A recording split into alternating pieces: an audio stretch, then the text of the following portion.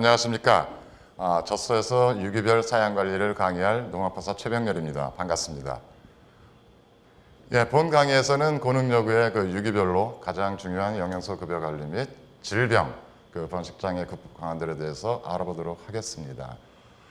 젖소의 비유기별 사양관리 지침에 대해서 알아보기로 하겠는데, 사실 건유기와 비유 최성기까지 약 100여일간의 전환기 영양소 공급 관리 및 질병 관리, 비유 후기 주요 관리에 대해서 차근차근 알아보도록 하겠습니다.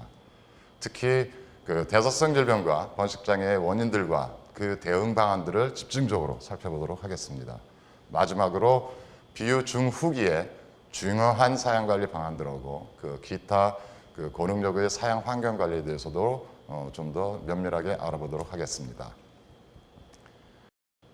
건유기는 젖소의 현 산차에서의 건강 문제점들, 다시 말해서 유방염이라든가 간 기능, 육모 손상 등등을 해결하고 유선 조직의 발달을 촉진시키는 아주 중요한 시기입니다.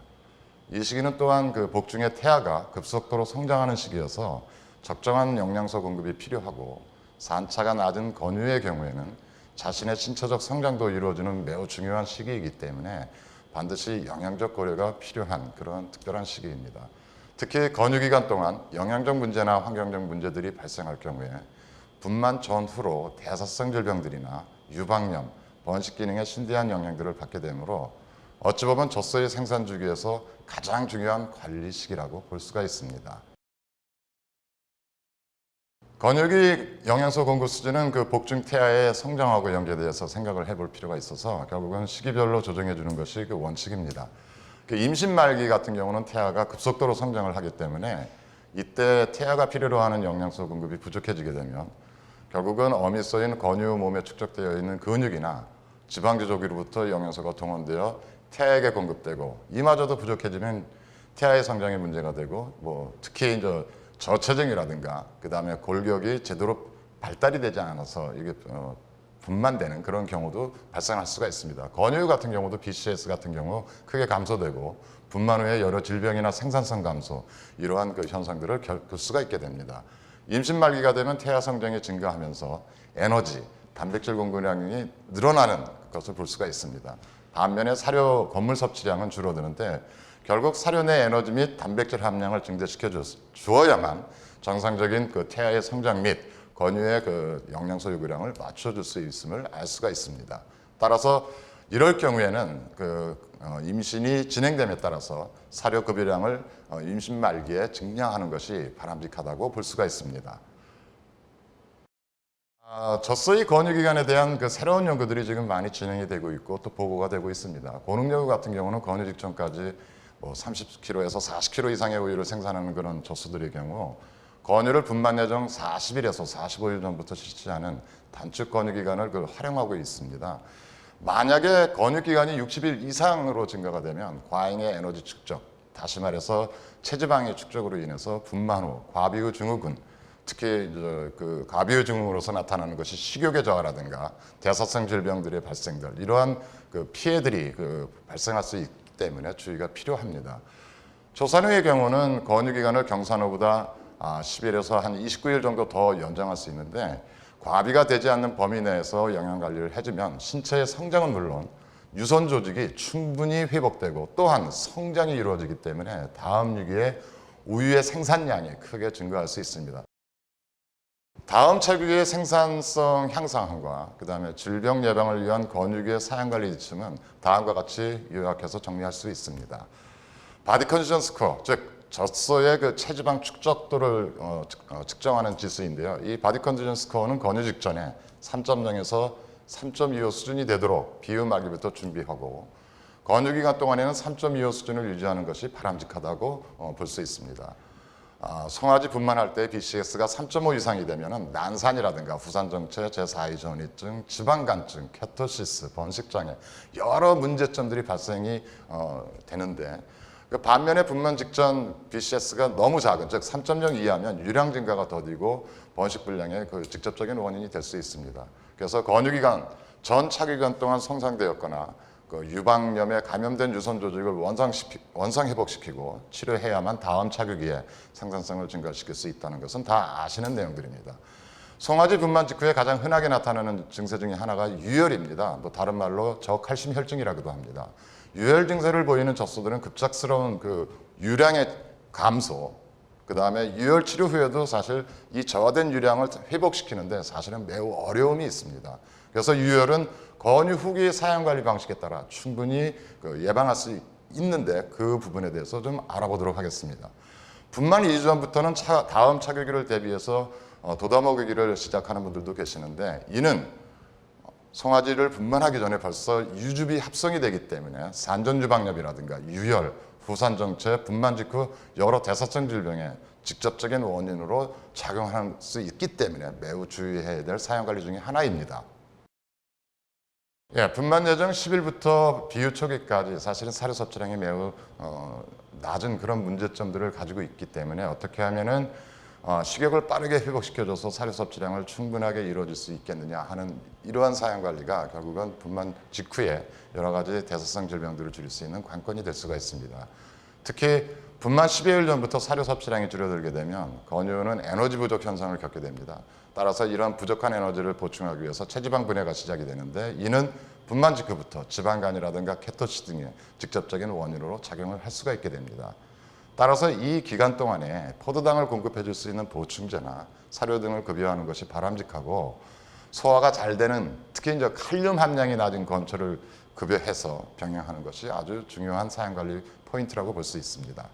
칼륨 함량이 높은 알팔파나 티모시 등을 다량 급여할 경우에는 분만 후에 후산정체나 유방부종, 저칼슘 혈증, 유혈이죠. 이런 발생들이 매우 높아지는 그런 문제점을 가질 수가 있습니다. 권유 말기에 어찌 보면 가장 중요한 사용관리 중에 하나는 바로 저칼슘 혈증, 즉 유혈을 예방하는 사용관리라고 봅니다. 그래서 본 슬라이드는 사실 유혈이 일어나는 그런 발생 기작들을 보여주고 있는데, 분만 후에 초유의 생산이라든가 우유의 생산량이 증가하면서 그 우유로 전이되는 칼슘의 양이 증가되고, 하지만 사료 섭취를 통해서 섭취되는 칼슘의 양과 뼈로부터 동원되는 그 칼슘의 양이 적다 보니까 혈액 속에 칼슘의 양이 줄어들고, 그로 인해서 저칼슘 혈증이 발생을 하게 됩니다. 사실 저칼슘 혈증은 근육의 수축 운동, 특히 칼슘이 매우 필수적인 그 영양소이기 때문에 저칼슘 혈증의 부작용들로 주로 나타나는 것들이 근육 운동 장애에 의해서 파생된 질병들입니다. 특히 이제 칼슘 부족 시에 근육 수축 이완 운동이 불가능해서 경련이라든가 각 신체 기관의 운동성이 약화가 되는 그런 특징을 가지고 있습니다. 특히 유혈이 발생되면 반치유 운동성이 많이 감소가 되기 때문에 제4위 전이증이 발생률이 증가하고, 섭취한 사료가 사료 소화기관을 통해서 통과하는 속도가 지연이 돼가지고 사료 섭취량이 감소되는 그런 경향들을 볼 수가 있습니다. 이런 사료 섭취의 감소는 에너지 부족을 일으키기 때문에 그 체지방의 과도한 분해를 촉진해가지고 지방간이라든가 케토시스의 직접적인 원인으로 또 작용을 할 수가 있습니다. 비유척이 급격한 사료량 증가 뒤에 갑작스럽게 전이가 오는 경우들이 많은데, 이 경우는 대부분 유혈에 의한 그런 원인으로 이렇게 나타나고 있습니다. 분만 직후 후산정체 형성도 작은 근육의 운동성 결여에 의해서 나타날 수 있는 유혈의 대표적인 증상으로 알려지고 있습니다. 자궁의 회복 속도도 늦어지기 때문에 자궁염의 원인이 되기 때문에 결국은 장기 불임의 직접적인 원인으로도 유혈이 작용을 하고 있습니다. 유혈 예방을 위해서 고전적으로 실시한 방법들을 좀 살펴본다면, 권유기간 중에 특히 권유 말기에 저칼슘 사료를 급여함으로써 인위적으로 혈액 속의 칼슘 농도를 줄여가지고 부갑성성 호르몬으로 하여금 뼈 내 칼슘을 분해시켜서 혈중 칼슘 농도를 일정 수준으로 유지시켜주는 방식을 써왔습니다. 그래서 일일 칼슘의 급여량을 15에서 20g 이내로 급여하는 그런 방식을 써왔는데요. 하지만 이러한 저칼슘 급여로 인해서 권유의 골격 성장이라든가 송아지의 골격 발달 부실, 권유의 가용 칼슘 축적량 감소 등의 어떤 피해들을 볼 수가 있기 때문에 조심할 필요가 있습니다. 최근에 몇몇 연구에 의하면 권유기의 칼슘 급여량이 높다 해서 반드시 분만 후 저칼슘 혈증이 일어나는 것이 아니다라는 그런 보고들이 점점 많이 나오고 있습니다. 오히려 양이온들인 칼륨이나 나트륨 섭취가 증가하는 것이 저칼슘 혈증의 직접적인 원인이라는 연구 보고들이 점점 많아지고 있는 실정입니다. 따라서 새로운 사양 관리 방식이 시도되었는데, 바로 권유 말기에 음이온을 급여해서 양이온들의 부작용들을 제거함으로써 저칼슘 혈증을 예방하는 그런 새로운 사양관리 방식들이 도입되고 있습니다.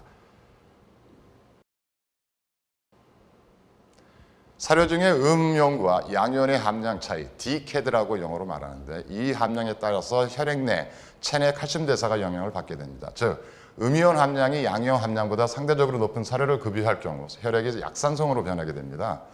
원래 혈액은 중성을 띄어야 되기 때문에 산성기를 중화시키기 위해서 뼈에 그동안 저장되어 있던 탈산칼슘을 분해해서 혈액으로 유입시키는 동시에 장으로부터 칼슘의 흡수를 촉진시키게 됩니다.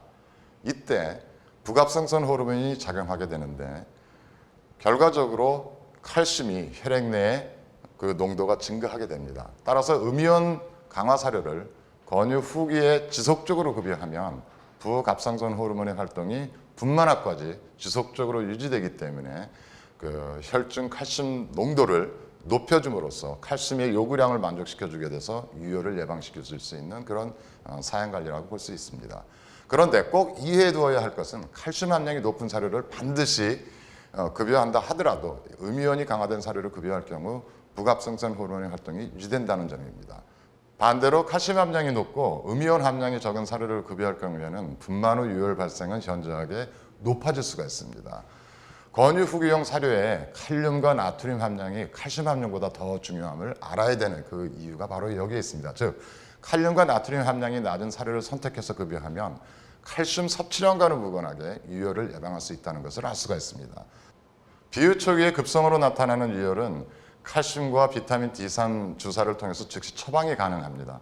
그런데 준임상적 유혈은 유량이 증가함에 따라서 주로 고능력에서 일어나기 때문에 급성보다 더 심각한 문제를 가지고 있습니다.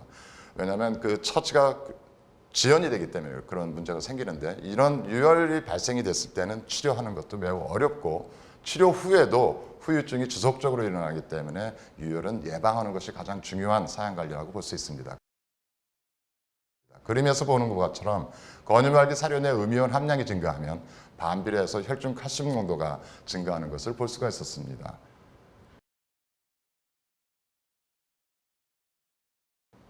본 표의 내용은 미국 미시간 주립대학교에서 실시한 실험 내용으로서 음이온 강화 사료와 일반 착유형 사료를 분만 3주 전부터 분만 직전까지 급여했을 때 유혈의 발생률을 조사한 결과입니다. 참고로 임상적 유혈은 기립불능, 분만 직후 사료 섭취 거부 증세, 경련, 후구마비 증세를 보일 정도로 혈액 중 칼슘 함량이 낮아진 경우를 임상형 유혈이라 하고 준임상적 유혈은 유량 증가에 의해서 서서히 진행돼서 유혈 증세를 보일 정도로 혈액 중 칼슘 함량이 낮아지는 경우를 지칭합니다.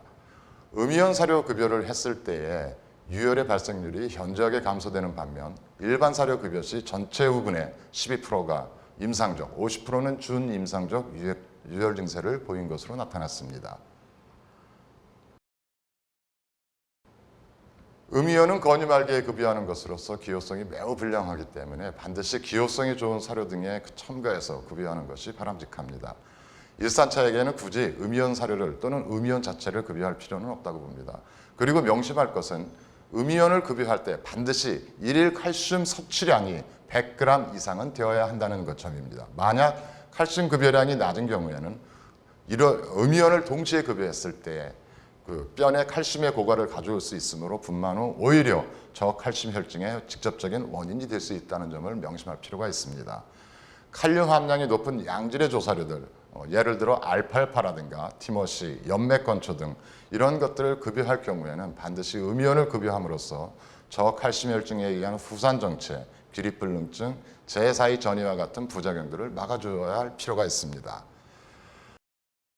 후산정체는 분만 후의 문제라기보다는 권유말기 사양관리의 문제로 저는 보고 있습니다. 따라서 권유말기 저칼슘 혈증 예방 사양관리 및 비타민 E와 셀레늄 보충 공급을 통해서 후산정체를 막아주는 것이 바람직합니다. 또한 더위 스트레스라든가 밀사 스트레스와 같은 이런 스트레스들도 후산정체의 직접적인 원인들로 작용이 되기 때문에 이러한 환경적인 스트레스들을 제거해서 관리해 주는 것이 매우 중요한 사양관리라고 할 수 있습니다. 권유말기 소에게 셀레늄과 비타민 E를 근육 주사해서 준 결과 후산 정체율이 크게 감소된 것을 표를 통해서 볼 수가 있습니다.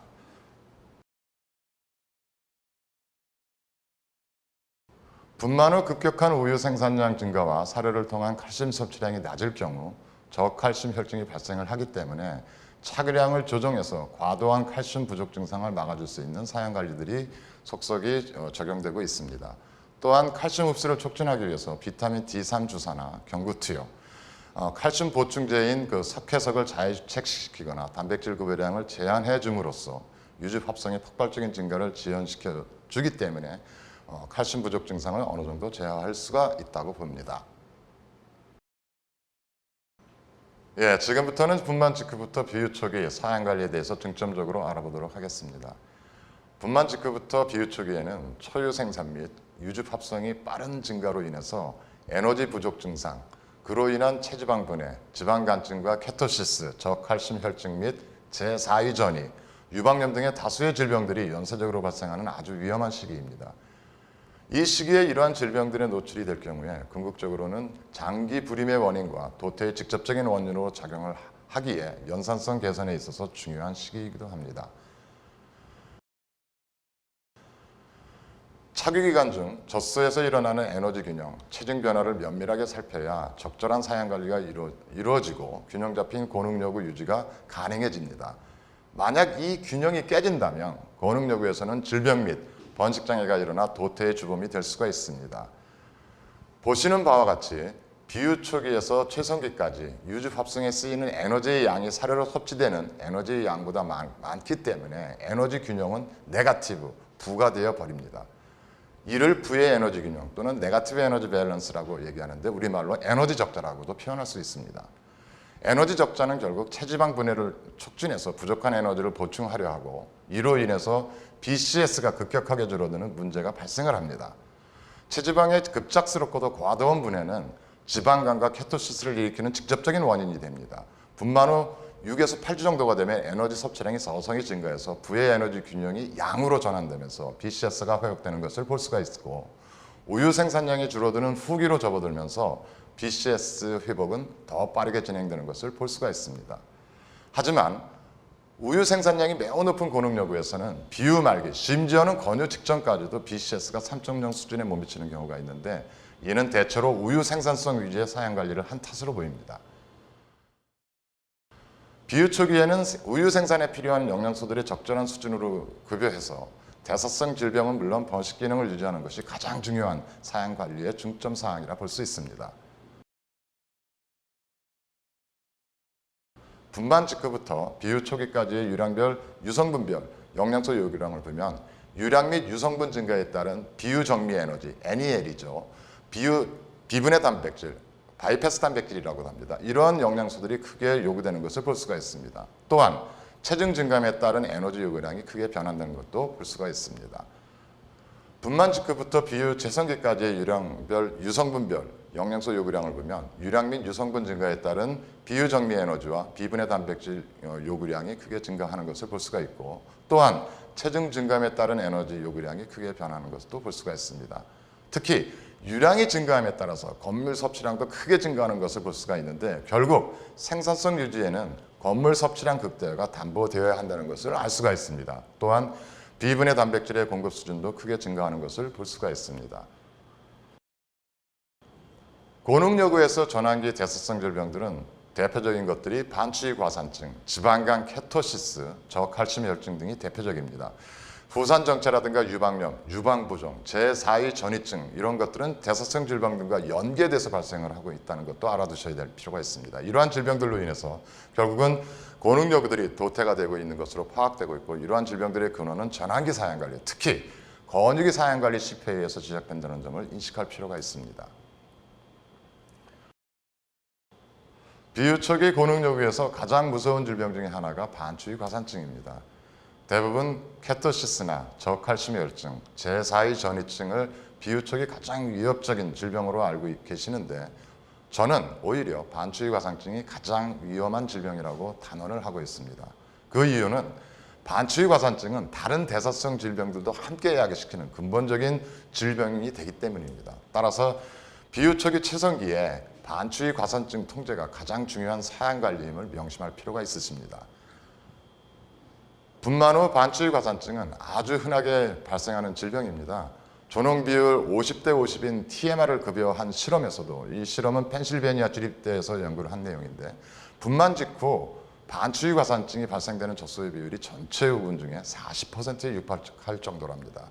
그 원인은 일단 반추위 운동성이 빠르게 회복되지 않는 그 생리학적인 이유, 그 다음에 케토시스, 저칼슘 혈증에 의한 것, 그리고 반추위 육모가 충분하게 재생되지 못해서 유기산 흡수율이 높지 못할 경우에도 이러한 그 반추위 과산증의 그 원인으로 작용하는 것으로 보고 있습니다. 따라서 비유 초기에 반추위 운동성을 빠르게 회복시켜줘서 재생임指수를 높이기 위해서는 양질의 조사료들을 충분하게 급여하는 것이 무엇보다도 중요한 그 사양관리라고 볼 수가 있습니다. 분만 후 반추위 과산증이 발생할 경우 염증이 유발이 되고 장운동 감소로 인해서 제4위 전이, 연변 발생, 식욕부진에 의한 부의 에너지 균형의 심화로 체지방 분해로 인한 지방간증 케토시스, 그리고 칼슘 섭취 및 흡수 감소로 인한 저칼슘 혈증 등 여러 가지 부작용들을 초래하고 있습니다. 이러한 반추위 과산증 연계 질병들의 발생은 번식장애는 물론 생산성 저하의 직접적인 원인으로 작용하고 있음을 주지할 필요가 있습니다. 따라서 분만 직후부터 철저한 반추위 과산증 발생을 억제하는 것이 대사성 질병들과 염증성 질병들을 예방하는 지름길이라고 보시면 될 것입니다. 본 슬라이드는 유지율, 유량, 번식장애가 발생할 수 있는 여러 가지 환경적, 영양학적 문제점들을 정리해 놓은 것입니다. 환경적 요소에 의한 반추위 과산증이 발생하는 경우가 영양적 문제보다 더 많음을 알 수가 있습니다. 즉, 폭식을 유발하는 환경적 요소들이 살펴보면 현재 빌사되고 있는 목장에서 반추위 과산증의 직접적인 원인으로 작용하고 있음을 알 수가 있습니다. 충분한 사료 섭취 공간의 제공, 더위 스트레스 저감 시설의 확충, 사육 밀도를 완화시킨다든가 적절한 조사료 급여 등을 통해서 반추위 과산증의 발생률을 억제할 필요가 있다고 봅니다. 그럼 반추위 과산증을 어떻게 판정하느냐 하는 내용인데요. 반추위 과산증 발생 시에는 섬유소 분해 미생물들의 취사율이 증가되면서 섬유소 발효로부터 생산되는 초산의 생산량이 줄어들기 때문에 지방 합성이 감소함으로써 유지방 합성이 줄어들게 됩니다. 또한 소화되지 못한 섬유소 양이 증가하면서 결국 설사나 연변의 직접적인 원인이 되고, 과산증으로 인한 식욕감퇴는 생산성 감소는 물론 되새김 질수마저 줄어들게 됩니다. 과산증이 심할 경우는 되새김 질수가 정상보다 30% 정도 더 줄어드는 것을 볼 수가 있었습니다. 반추위 과산증에 걸린 소들의 반추위 운동성이 15에서 30%까지 감소돼서 반추작용이 줄어들고, 이는 제4의 전이증까지 유발시킬 수 있을 정도입니다. 분변에서는 소화되지 않은 옥수수가 그대로 배설이 되고, 분에서는 시큼한 유기산 냄새, 식초 냄새 같은 것입니다. 이런 시큼한 유기산 냄새가 나게 됩니다. 궁극적으로 이러한 반추위 과산증은 염증 반응을 불러오게 되는데, 제어염이라든가 유방염, 자궁염과 같은 이런 질환들이 동시에 발생을 하고, 반추위 육목 탈락 등으로 인해서 영양소 흡수가 줄어들어서 BCS가 감소하고, 영양 불량성 난포 성장 지연으로 인해서 장기 불임으로 이어지는 그런 문제점을 또 안고 있습니다. 분만 직후 TMR내 NDF 요구량이 다른 비역에 비해서 높은 것은 분만 직후 자주 발생하는 반추위 과산증을 억제하기 위한 영양학적 조처라고 보시면 됩니다. 즉, 조사료 급여량을 다른 시기보다 높여줘서 되새김질 수를 증가시켜주고, 그로 인해서 타액 분비가 촉진됨으로써 반추위의 산도를 높이려는 그 영양 생리학적인 그런 그 고려라고 보시면 됩니다. 따라서 분만 직후부터 보름 동안 존홍 비율을 6대4 또는 7대3 수준으로 높여주고, 이때 알팔파와 양질의 화분과 같은 건초들을 충분하게 급여하는 것이 바람직합니다. 분만 직후 알팔파 급여량은 5kg 정도도 무방하고, 특히 알팔파에는 칼슘, 단백질, 칼륨 이러한 그 영양소들이 풍부하기 때문에 단백질은 물론 섬유소 공급 차원에서도 적합한 선택이라고 봅니다. 또한 타액 분비를 촉진하고 고수준의 에너지를 공급해 줄 수 있는 옥수수 엔실리지와 동시에 공급한다면 그 효과가 더 배가가 될 것으로 저는 기대하고 있습니다. 건유 말기부터 분만 후 45일까지 시기, 우리를 전환기라고 하는데 이 전환기에는 전분 에너지를 보충 급여함으로써 반추 육모의 성장을 촉진시켜 유기산의 흡수를 원활하게 해주는 것도 필요한 사양관리라고 볼 수 있습니다. 특히 글리세롤의 경우 락산 또는 뷰트릭산이라고도 얘기를 합니다만 이런 그 락산의 생성을 촉진해서 육모의 성장에 도움을 줄 수 있는 것으로 연구 결과들이 보고되고 있습니다. 또한 비유 초기 NDF 함량을 높여 충분한 반추작용을 유도함으로써 타액의 분비량을 증대시켜서 반추유 가산증을 억제하는 것이 매우 중요한 사양관리라고 볼 수 있습니다. 동시에 과도한 전분질 급여는 삼가함으로써 절대적인 유기산 생산량을 일정 수준으로 제어해 줄 필요가 있습니다. 하지만 너무 낮은 NFC, 소위 말해서 전분을 너무 적게 급여한다든가 한 35% 이하 너무 높은 NDF는 에너지 섭취량을 제한함으로써 비유초기 에너지 부족형 대사성 질병을 유발할 수 있기 때문에 주의하실 필요가 있습니다. 비유초기 최고의 조사료는 저는 알파파라고 보고 있습니다. 고단백질 함량으로 인해 반추인의 암모니아 생산량을 증가시켜서 유기산을 중화시켜주는 또 이러한 그 효과를 볼 수가 있고, 알팔파는 또 대세균질을 지속적으로 유지시켜주기 때문에 타액 분비를 촉진시켜서 주는 그런 기능들이 있어서 아주 유용한 비유 초기의 건초라고 볼 수가 있습니다. 옥수수 엔셀리질 10에서 15kg를 알팔파와 동시에 급여할 수 있다면 알팔파는 약 4에서 5kg 정도까지는 안전하게 급여하실 수가 있습니다. 분만 후에 사료 급여량은 점진적으로 증량하는 것이 원칙입니다. 반추인에서의 유기산 생산량의 급작스러운 증가가 급작스러운 사료 교체에 의해서 일어난다는 것은 모든 분들이 다 알고 계시는 내용들입니다. 또한 완충제를 사료 건물 기준으로 1% 정도가 되도록 설계해 주는 것이 바람직합니다. 그리고 무엇보다도 중요한 것이 서열 싸움에 밀려서 폭식을 하는 개체들이 없도록 하는 것이 중요합니다. 그렇기 때문에 분만 후 같은 경우는 분만 후 10여일간 분만 우사에서 따로 사양 관리하는 것이 바람직한 사양 관리라고 볼 수가 있습니다.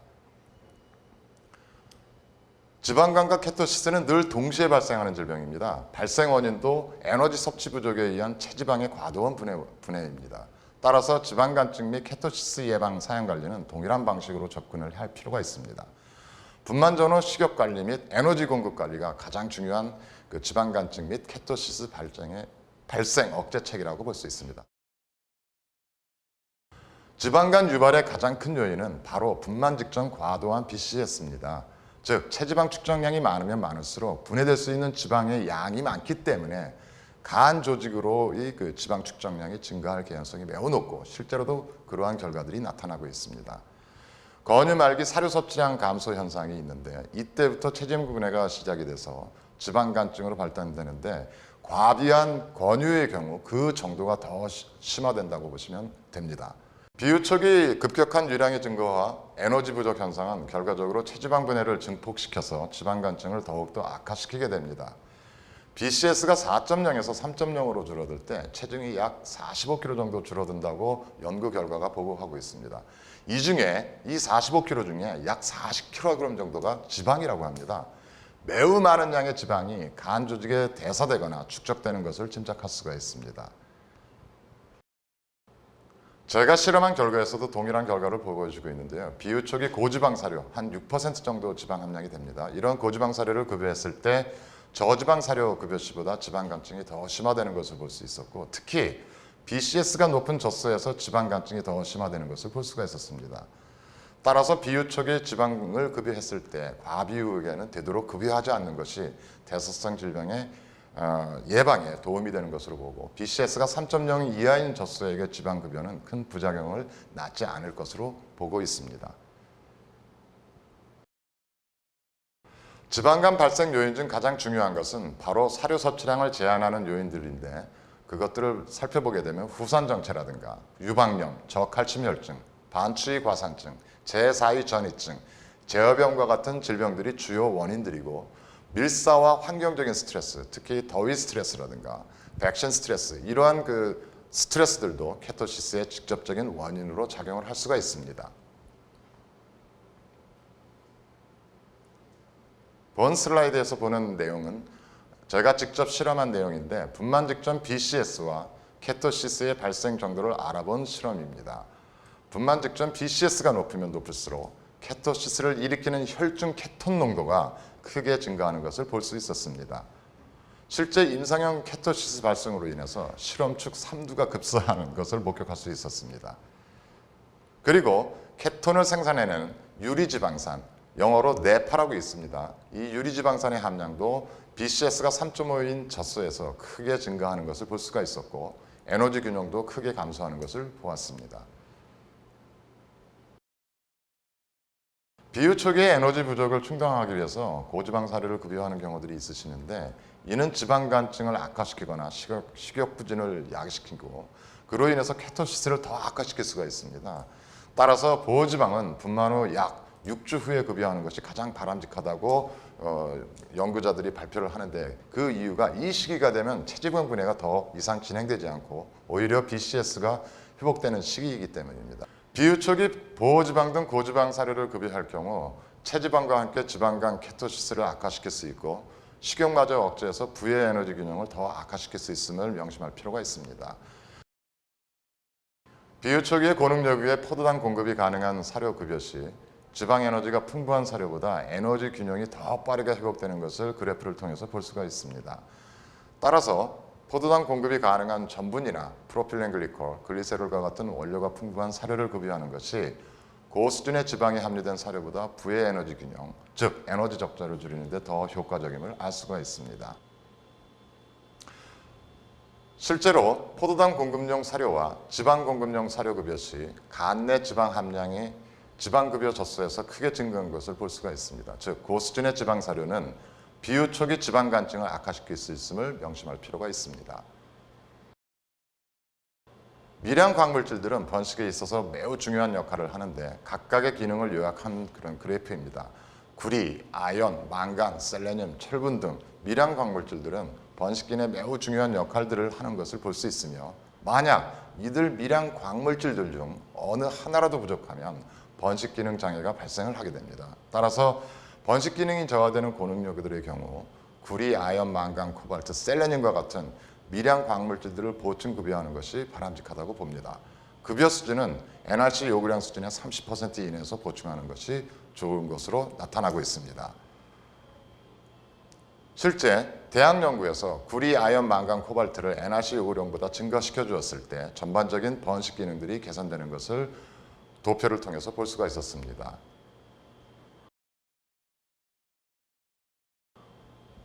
이제부터는 비유 중후기의 중요한 사양관리들을 알아보도록 하겠습니다. 비유 중후기에는 주요 사양관리들을 요약해보면 다음 유기를 위한 BCS 회복이 가장 중요합니다. 건유 직전 BCS가 2.75에서 3.0 수준으로 회복시켜주는 것이 다음 유기에서 번식, 생산성 개선을 기대할 수 있기 때문입니다. 고능여구에서는 우유 생산량이 권유 직전까지 35에서 40kg 수준까지 높게 유지되는 그런 개체들이 많습니다. 그렇기 때문에 BCS를 계산하는데 많은 애로점들을 축주님들이 가지고 계시는데 이 경우에는 단백질 급여량을 줄이고 즉 전체 건물 기준으로 단백질을 1에서 2% 줄여나가고 그렇게 되면 결국 우유의 생산량이 줄어들게 됩니다.